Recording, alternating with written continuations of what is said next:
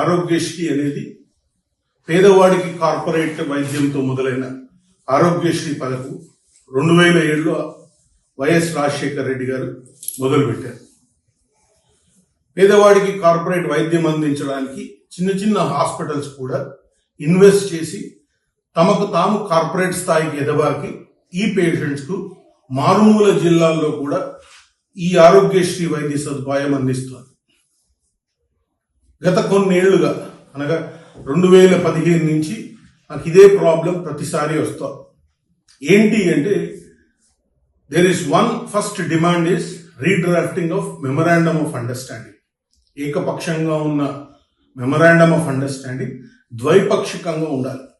త్రికోణంలో ఉన్న public private partnership లో వచ్చిన స్కీమ్, దట్ ఈస్ పేద ప్రజలు ఒక కోణం, గవర్నమెంట్ ఆరోగ్యశ్రీ ట్రస్ట్ ఒక కోణం, వైద్యం అందించే ఆసుపత్రి ఒక కోణం. సో ఇందులో పేద ప్రజలకు వైద్యం అందిస్తుంది, వాళ్ళు సంతోషంగా ఉన్నారు. స్కీమ్ నడుస్తుంది, ట్రస్ట్ గవర్నమెంట్ హ్యాపీగా ఉన్నారు. సో ఇబ్బంది పడేదల్లా ఆసుపత్రులు. ఈ ఆసుపత్రులు చేస్తూ ఎదబాకిన బకాయిలతో అనారోగ్యం పాలయ్యే పరిస్థితికి చేరుకుంది. ఏం చేసే డిమాండ్ ఏంటి అంటే ఏకపక్షంగా ఉన్న ఎంఓయు, 74 పేజీల ఎంఓయు.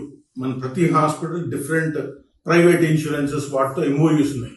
అవి ఎంత ఉంటాయంటే 10 నుంచి 11 పేజీల ఎంఓయు ఉంటుంది, which is mutually beneficial for all of us. So అట్లాంటిది ఉంటుంది. సో అట్లాంటిది ఎంఓయు అనేది రీడ్రాఫ్ట్ అనేది కావాలి. సానుకూలంగా మాకు వారికి ఈ సానుకూలంగా ఉండేటట్టు మా మెంబర్స్ తో సంప్రదించి ఆ ఎంఓయూను రీడ్రాఫ్టింగ్ అనేది చేయాలి. రెండోది revision of packages. Revision of packages అనేది ఏంటి అంటే 2007లో తయారైన స్కీమ్ ఒక 2011లో కొంత మేరకు పెరిగాయి. అవి ఏంటి అంటే రెగ్యులర్ గా చేయని ఆపరేషన్స్ కి సంబంధించిన అమౌంట్స్ పెరిగాయి. ఒక సైడ్ రివిజన్, గవర్నమెంట్ హాస్పిటల్ కి ఒక రేట్ ఆఫ్ రివిజన్, మా ప్రైవేట్ హాస్పిటల్ కి ఒక టైప్ ఆఫ్ రివిజన్ అనేది జరిగింది. సో దాన్ని పూర్తి చేసి మా హాస్పిటల్స్ కూడా న్యాయం చేయమని కోరుతున్నారు.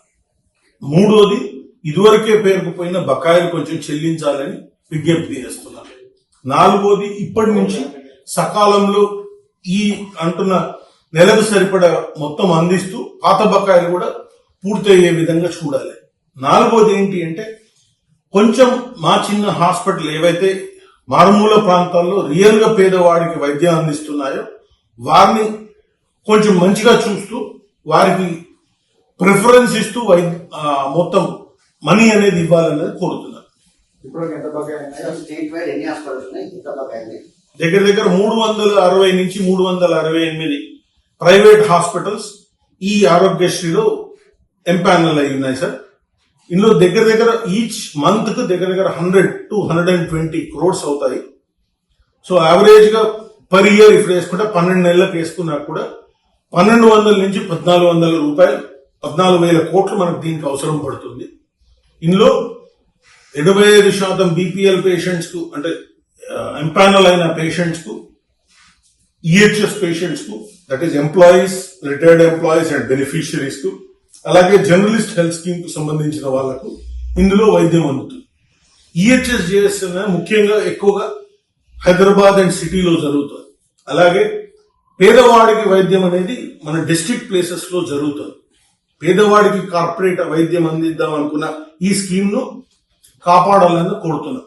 దీనివల్ల జరిగే ఇబ్బందులు ప్రజలకు మేము చేసే విజ్ఞప్తి ఏంటంటే ఓపెన్ గా మేమందరం సారీ చెప్తున్నాం వాళ్ళందరికీ. ద రీజన్ ఈస్ ఇవాళ మా ఉనికి అనేది లేకుండా పోయే ప్రమాదం ఉన్నందుకు, అందువల్ల ఈ చర్య తీసుకోవాల్సిన గత్యంతరం ఏర్పడింది. దీనికి సంబంధించి గత 4 రోజులుగా we have given our memorandum or this thing application to all the people concerned with this scheme and hope they will resolve this particular withholding of services in an amicable fashion. Sir, మీరు 10 నుంచి 10 చేసి ఆలోచిస్తారు కదా, ఇప్పుడు government నుండి కానీ ప్రభుత్వాలు ఎలాంటి కాల్స్ వచ్చినాయి, అసలు స్పందన ఉందా? 10వ తారీఖు మేము స్ట్రైక్ కాల్ ఇచ్చినప్పుడు 9వ తారీఖు గౌరవ ఆరోగ్యశ్రీ సిఇఓ గారు మమ్మల్ని పిలిచారు, సంప్రదింపులు అనేది చేశారు. సంప్రదింపుల్లో మేము అడిగిన ఏవైతే ఇప్పుడు చెప్పిన 4-5 డిమాండ్స్ ఉన్నాయో వాళ్ళల్లో ఒక 100 కోట్లు ఇస్తున్నాం అన్నది చెప్పారు. వాళ్ళు 100 కోట్లు వారి ఈ ఏమంటారు సిన్సియర్ ఎఫర్ట్స్ అనుకోండి, ఆరోగ్య మంత్రి గారు సిన్సియర్ ఎఫర్ట్స్ అనుకోండి 100 కోట్లు వచ్చాయి. వచ్చినాక మేము బేరేజ్ వేసుకొని హాస్పిటల్లో కనుక్కుంటే దగ్గర 10% పైసలు మాత్రమే వచ్చాయి.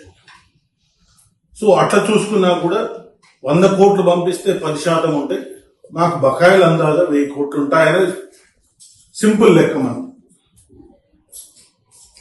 సో దెన్ 11వ తారీఖు రోజు మళ్ళీ సిఇఓ గారు పిలిచారు. ఈవెంట్ హైదరాబాద్ ఆరోగ్యశ్రీ ట్రస్ట్ లో సంప్రదింపులు చేశారు. సో వారి పెద్దలకు సూచిస్తానన్నాడు.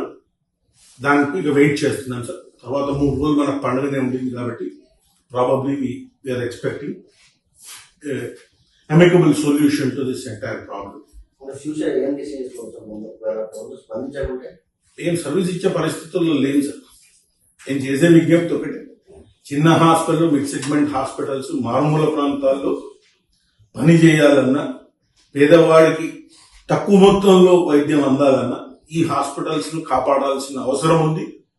తర్వాత ఈ సూచన నేను చేసేది, విజ్ఞప్తి నేను చేసేది, ఇక వారు ఏ డెసిషన్ తీసుకున్నా దానికి మేము సానుకూలంగానే స్పందిస్తాం. ఇదేదో సమ్మె కాదు, ఇది మేము చేసేదల్లా ఒక విజ్ఞప్తి. మాకు ఉన్న ప్రాబ్లమ్స్ అందరి ముందు పెడుతున్నాం.